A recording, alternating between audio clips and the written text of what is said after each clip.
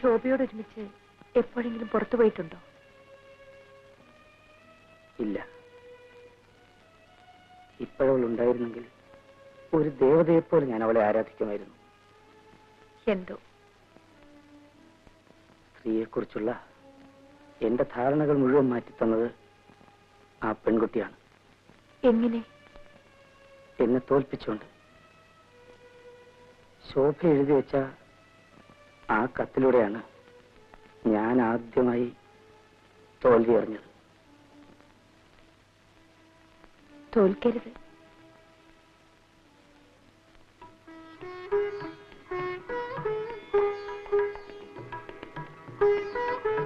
തോൽക്കാൻ പാടില്ല.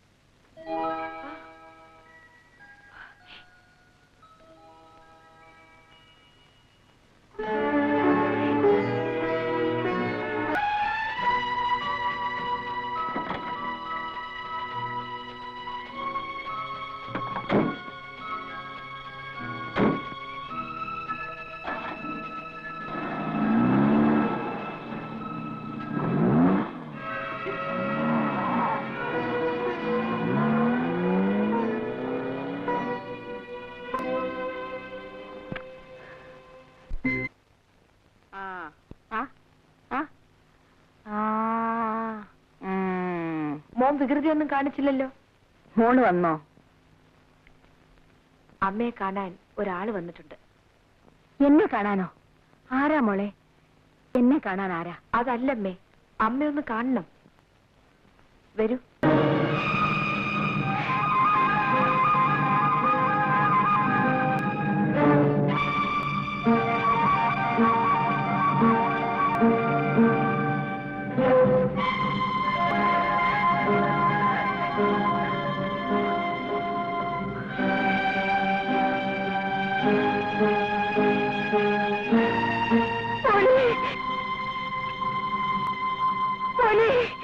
അമ്മേ, എന്റെ മോനെ,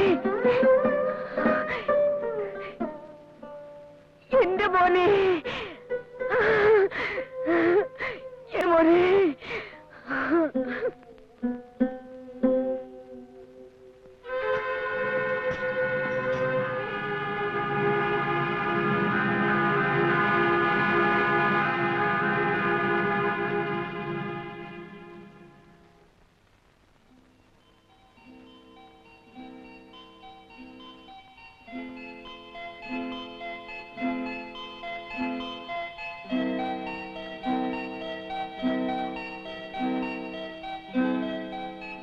കല്യാണിക്കുട്ടി, എനിക്കിന്ന് എന്തോ വലിയ സന്തോഷം തോന്നുന്നു. അമ്മയുമായി സംസാരിച്ചു കഴിഞ്ഞപ്പോ തന്നെ എനിക്കെന്തോ പറഞ്ഞറിയിക്കാൻ വയ്യാത്ത വിധത്തിലുള്ള ഒരു ഒരു ഞാനും എന്റെ അമ്മയെക്കുറിച്ച് ആലോചിക്കായിരുന്നു. എന്താ ഇത്ര ആലോചിക്കാൻ? അമ്മയ്ക്കായിരുന്നല്ലോ നിങ്ങളെക്കുറിച്ച് കൂടുതൽ. അമ്മയുണ്ടായിരുന്നെങ്കിൽ അവരായിരിക്കും ഇന്ന് ഏറ്റവും കൂടുതൽ സന്തോഷിക്കുന്നത്. കല്യാണിക്കുട്ടി, എന്റെ ജീവിതത്തിൽ നീ നേരത്തെ കടന്നു വന്നില്ലല്ലോ എന്നോർത്ത് എനിക്ക് ദുഃഖം തോന്നുന്നു. ഇനി ഞാൻ ഒരു തെറ്റും ചെയ്യില്ല. നമ്മുടെ ജീവിതത്തിൽ പ്രശ്നങ്ങളേ ഉണ്ടാവില്ല.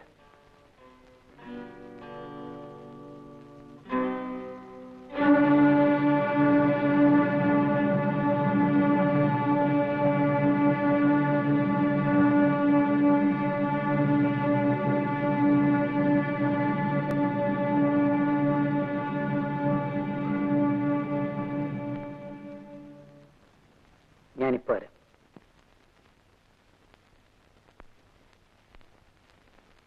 വരട്ടരുത്. നമ്മുടെയൊക്കെ ആയുസ് ഒരു പിച്ചാത്തിപ്പിടിയിൽ ഒതുങ്ങുന്നതാ. അത് മറക്കരുത്. നീ എന്ത് ചെയ്യുമെന്നാ? എനിക്ക് ചാവാൻ മടിയില്ല. അത് ജയിലിൽ കിടന്നായാലും എനിക്കൊരുപോലെയാ.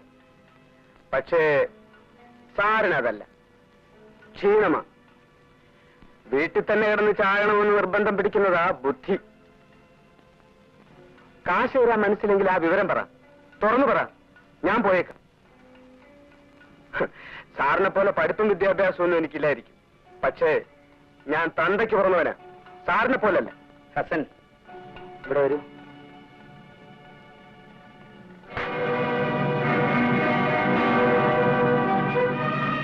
എടാ, ഇത്തവണ കൂടെ ഞാൻ എന്തെങ്കിലും തരും.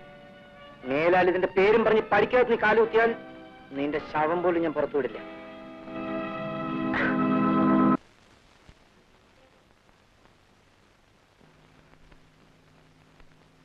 ഇന്ന് സാധ്യമല്ല എന്ന് പറഞ്ഞാൽ പിന്നെ ഒരിക്കലും സാധ്യമല്ല എന്നർത്ഥം എടുക്കരുത്.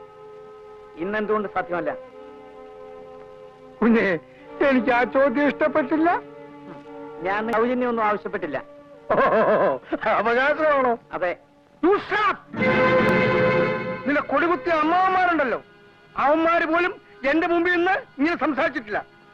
പിന്നെ ഇന്നലത്തെ നീ മനുഷ്യനായ നാണം വേണം.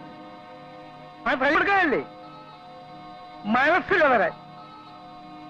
ശരിക്കൊന്ന് ഉറങ്ങണം. You may go. ക്ഷമിക്കണം, ഞാനെല്ലാം കേട്ടു. കേട്ടല്ലോ? ആ, നന്നായി. എന്തിനാ പണമെന്ന് അറിയാമോ? അറിയാം. ഒരു ടാക്സി ഡ്രൈവർക്ക് കൊടുക്കാൻ. അതെന്തിനാണെന്ന് അറിയാമോ? അതും അറിയാം. എന്തിനാ?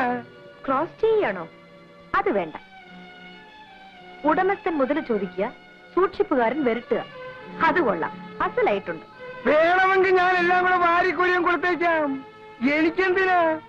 എല്ലാം കുഞ്ഞിന്റെ മുതലേ. ഞാൻ വെറും ഒരു ട്രസ്റ്റി. ട്രസ്റ്റി?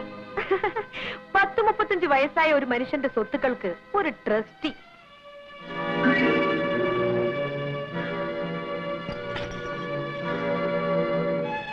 ഇന്ന് മുതൽ ഞാനാവും ഇതിന്റെ സൂക്ഷിപ്പുകാരി. നിങ്ങൾക്ക് എന്ത് വേണോ അപ്പപ്പോ എന്നോട് ചോദിച്ചാൽ മതി, ഞാൻ തരാം.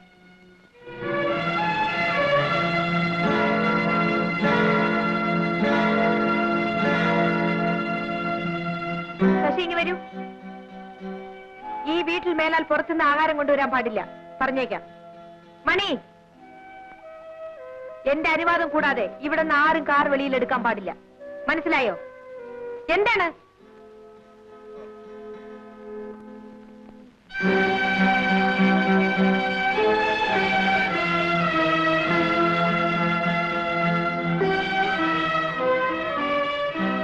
ഇന്നത്തെ കോട്ട കഴിഞ്ഞു. ആ ഡ്രൈവർ പോയോ? പാവം, വല്ലതും കൊടുക്കാമായിരുന്നു.